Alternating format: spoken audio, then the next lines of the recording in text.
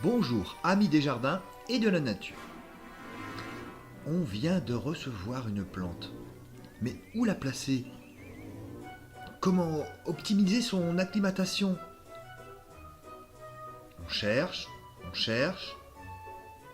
Là, non. Ici, non.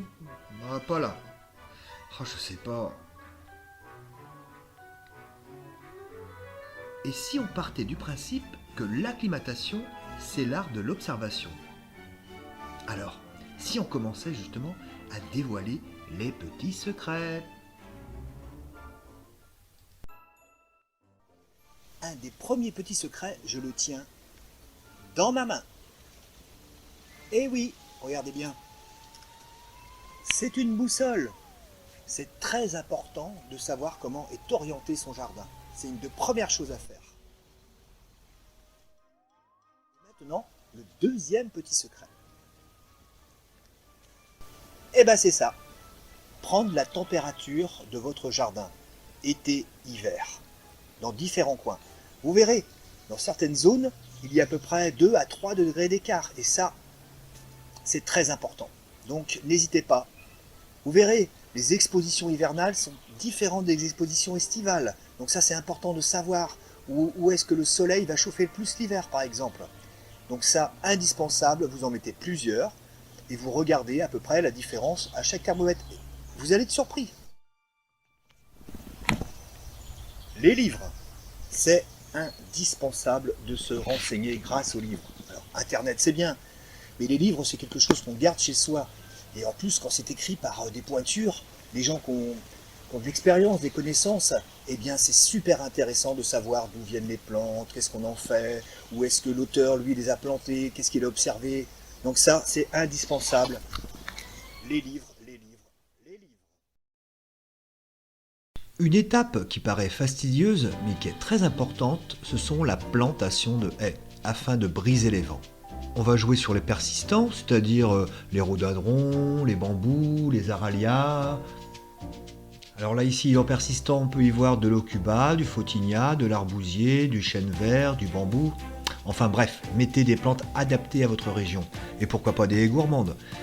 Mais c'est indispensable pour le jardin. C'est 2 à 3 degrés de gagné par zone. Et ça, c'est primordial. Vous vous rendez compte? Il peut neiger en hiver. Eh bien justement, regardez où la neige fond en premier et cela vous indiquera où votre jardin se réchauffe au plus vite. Toujours dans l'idée de protection naturelle, les pierres. Donc ici, j'ai construit des petits murets, autour du sabal par exemple, pour lui faire gagner quelques degrés de chaleur. Et oui, effectivement, la nuit, les pierres restituent la chaleur emmagasinée dans la journée. Ce palmier est un soifard. Alors justement, pour récupérer l'eau de pluie naturellement, plantation en cuvette.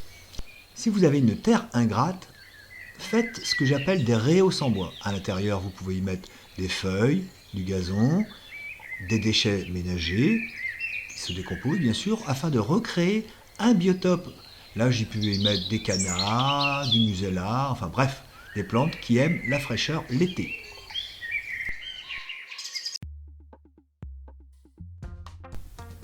Les bananiers sont très gourmands en eau. Alors justement, pourquoi pas récupérer l'eau des toits par une gouttière, un système d'irrigation, ou alors de la machine à laver, avec une lessive complètement naturelle bien sûr. N'oubliez pas le paillage indispensable, tonte, feuilles, etc. Il y a des endroits au jardin où les palmiers sont très peu arrosés naturellement. Alors je détourne l'eau de la machine.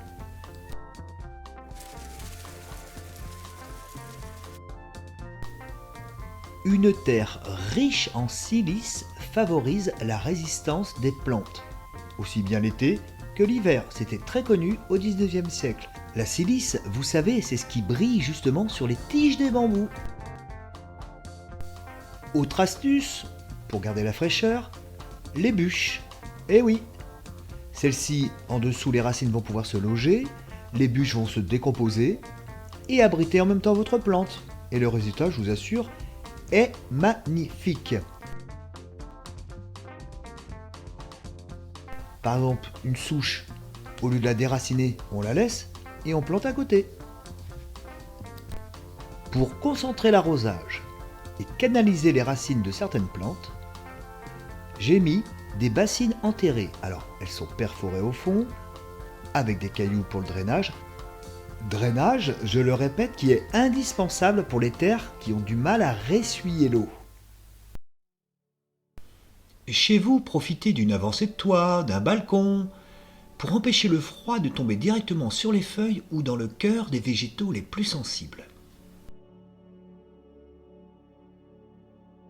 Voilà, les cycas, les palmiers n'abîmeront jamais votre mur. Les racines sont un peu comme des racines de poireaux, donc il n'y a aucun souci. Et vous verrez un petit peu les petites merveilles qu'on peut y mettre en dessous, c'est incroyable.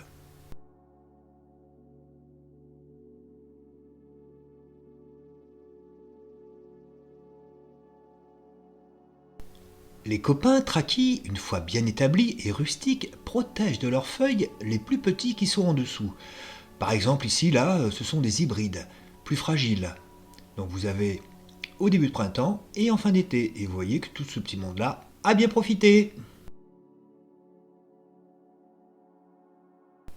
N'oubliez pas les autres persistants. Ici par exemple un néflier du Japon. Et bien en dessous, j'y ai mis un nova, un peu plus sensible, et le nova qui lui à son tour protégera d'autres plantes.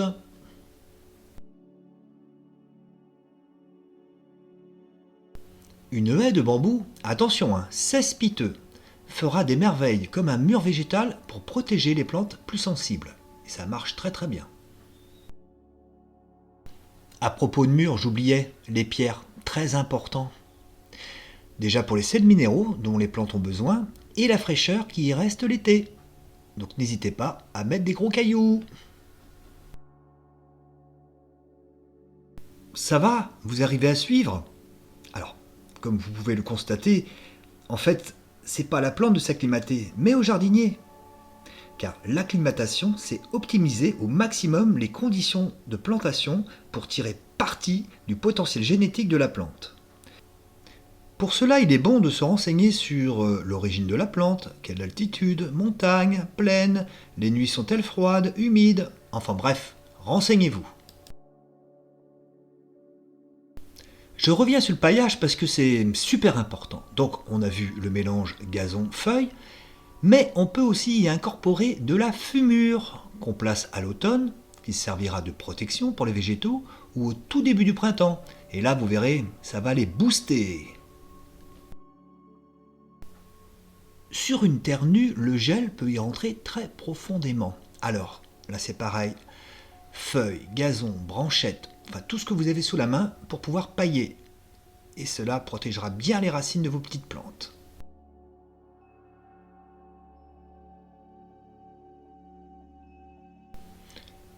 Les cactus, les plantes grasses, les yuccas, etc. Alors, sur une terre hyper drainante, ici, je vous l'ai déjà dit, c'est un mélange terre-pierre et gravat de la construction de la maison. Et ça marche très très bien. Il faut surtout que l'eau ne stagne pas l'hiver. Ça, c'est super important pour ce genre de plantes. Alors maintenant, qui a dit qu'on ne pouvait rien faire pousser sous un eucalyptus? Allez, levez le doigt! Pour les plus courageux d'entre nous, on peut aussi monter un toit en polycarbonate pour l'hiver, pour empêcher l'eau de tomber directement sur nos plantes. Sur le pignon de la maison, exposé plein est, relativement abrité des vents, j'en reviens pas, dans un mélange terre-pierre, des plantes qui ne se plaisaient pas ailleurs, souffraient de l'humidité, là, comme un charme, si j'ose dire. Vous voyez, c'est toutes ces petites choses mises bout à bout qui, pour moi, je pense, favorisent la réussite. Alors, on n'est pas à l'abri d'un échec, mais un échec, c'est pas grave. On apprend de ces échecs, justement. Ça, c'est très important. Se dire, mais qu'est-ce qui s'est mal passé? Eh bien, quand on comprend, tout va mieux. Vous l'avez bien compris, il faut que votre jardin respire. Donc, adieu gazon synthétique, bâche, goudron, béton en excès. Avec un jardin en pleine santé, vous ne tarderez pas à avoir la récompense. la biodiversité va s'installer, les plantes vont communiquer entre elles. S'il y a des champignons, au contraire, c'est une belle aubaine. Ça veut dire que le mycélium, les petites racines blanches, vont installer un peu comme un réseau, comme Internet. C'est-à-dire que tout ce petit monde va pouvoir communiquer ensemble et s'échanger des informations, notamment s'il y a des attaques bactériennes ou autres, ou d'insectes. Mais vous verrez, avec la biodiversité, c'est ça qui est super, c'est que tout rentre dans l'ordre naturellement. Et encore dans tout ça, je vais pas parler encore des trous de plantation, hein, c'est très important ça au départ. Et justement à ce propos, j'ai retrouvé un vieux film qui date à peu près, je situerais, fin 19e. Alors prêtez bien l'oreille, c'est pas tout jeune.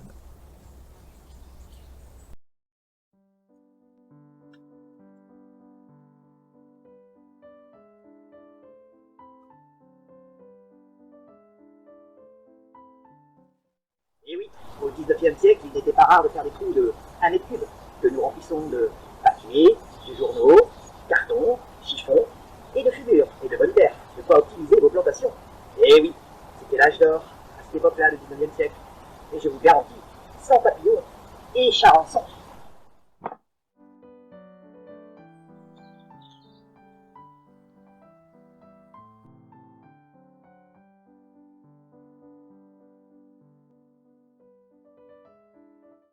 Oh, c'est marrant, il me dit quelque chose lui. Alors là franchement, je vois pas. Bon, en tous les cas, je voulais remercier mes abonnés. C'est une petite chaîne qui monte, voilà. Je ne vais pas faire une vidéo toutes les semaines, c'est à l'inspiration. Donc je vous remercie d'être patient. Mais voilà, je veux proposer de la qualité, enfin, j'espère, plutôt que de la quantité. Alors je remercie beaucoup mes abonnés et mes futurs abonnés. Donc ça veut dire abonnez-vous. D'accord? Voilà. Je vous dis à très bientôt pour de nouvelles aventures. Et puis, allez, c'est facile, hein. On clique et on s'abonne. Au revoir, à bientôt les amis.